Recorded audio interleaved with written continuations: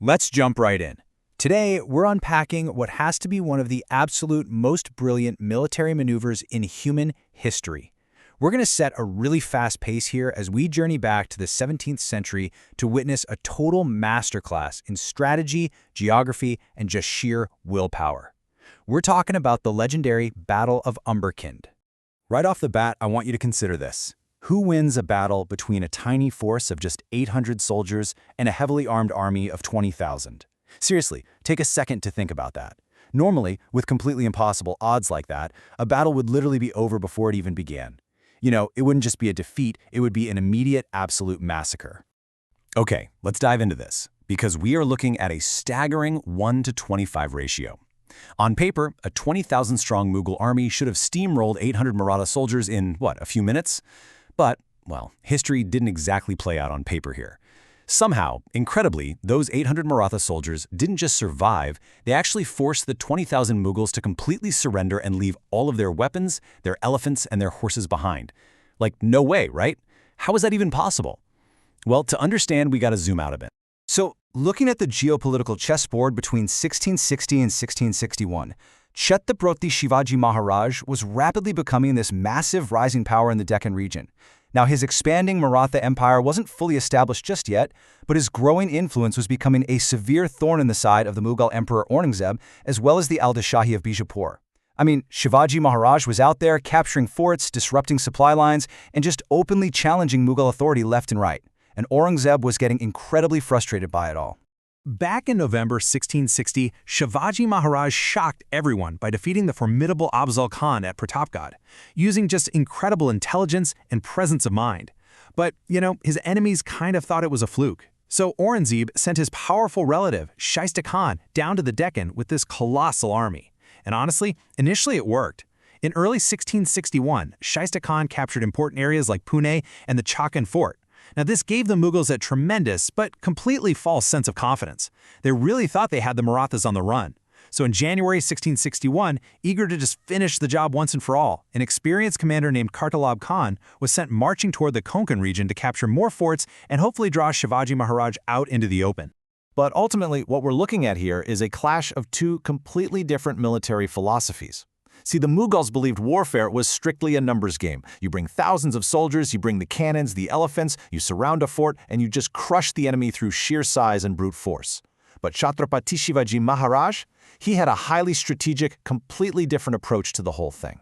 And that strategic approach brings us to a really core concept, Ganimi Kava. This was Maharaj's absolute signature warfare style. We're talking smart, guerrilla tactics that prioritize an intimate understanding of geography over brute force. Actually, Shivaji Maharaj outright refused to fight traditional head-on battles on open fields where thousands of his loyal men would just be needlessly slaughtered. His thinking was, why sacrifice thousands of lives when you can literally use the mountains themselves as your weapon? The contrast between the two is just stark. The Mughals relied on huge numbers, brute force, and these simplistic paper maps that made marching routes look like straight, easy lines. The Marathas, on the other hand, prioritized stealth, minimizing casualties, and an intimate, local knowledge of the geography. The Maratha soldiers, known as Mavalas, had actually grown up right there in the Sahyadri Mountains. They didn't need paper maps. They knew every single inch, every rock, and every hidden valley of that terrain like the back of their hands. So armed with this massive overconfidence and a totally flawed understanding of the terrain, Kartalab Khan begins his march. Now, let's slow down for a second and just picture this.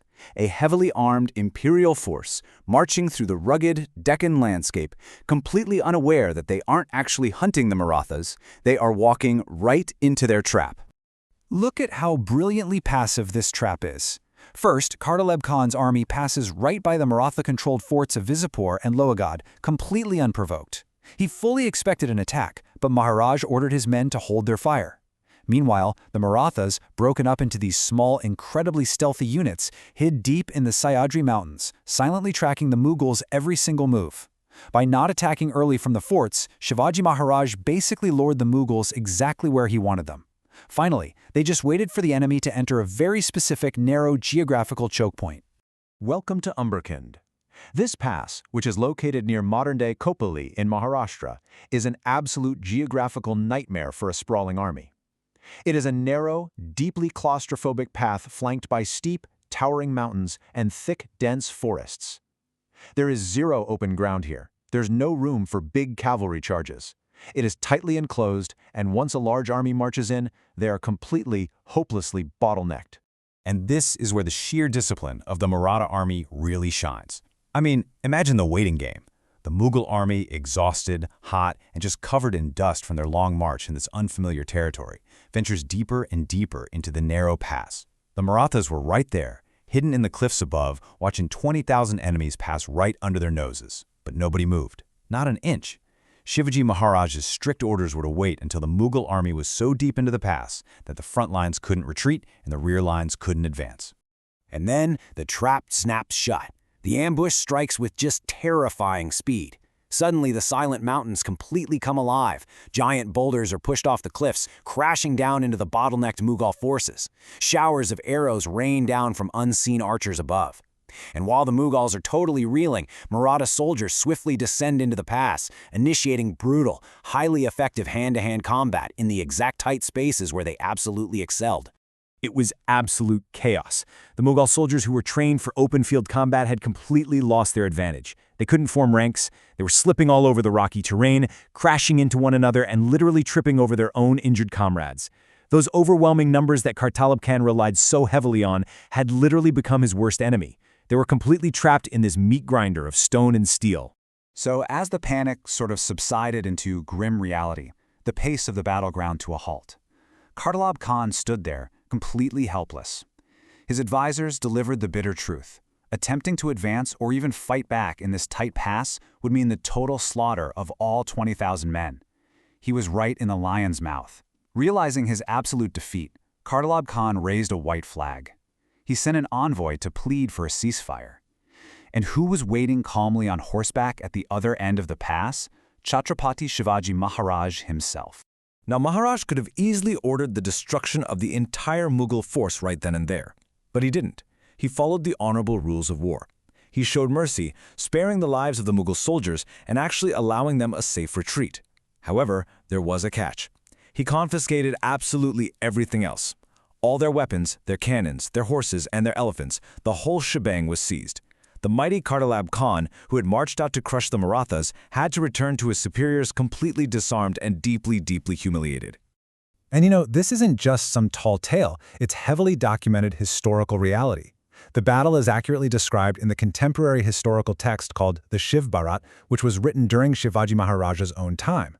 It's such a legendary example of tactical genius that it even inspired the spectacular opening scene of the modern blockbuster movie Tanhanji. And you know what brilliantly illustrates the cultural impact of this battle? There's this very rare surviving painting of Chhatrapati Shivaji Maharaj that is incredibly unique. It depicts him wielding a bow and arrow, which is a direct reference to the weapons and tactics utilized specifically during the ambush at Umberkind. It's just a beautiful piece of history tied directly to this absolutely incredible victory. So, as we wrap up this explainer, I really want to leave you with this final thought. What impossible odds could you overcome if you stopped relying on brute force and started using your environment to your advantage? The Battle of Umberkind proves for sure that with patience, discipline, and a deep understanding of your surroundings, even a 1-25 disadvantage can be turned into a flawless victory. Keep learning, keep rethinking your strategies, and I'll catch you in the next explainer.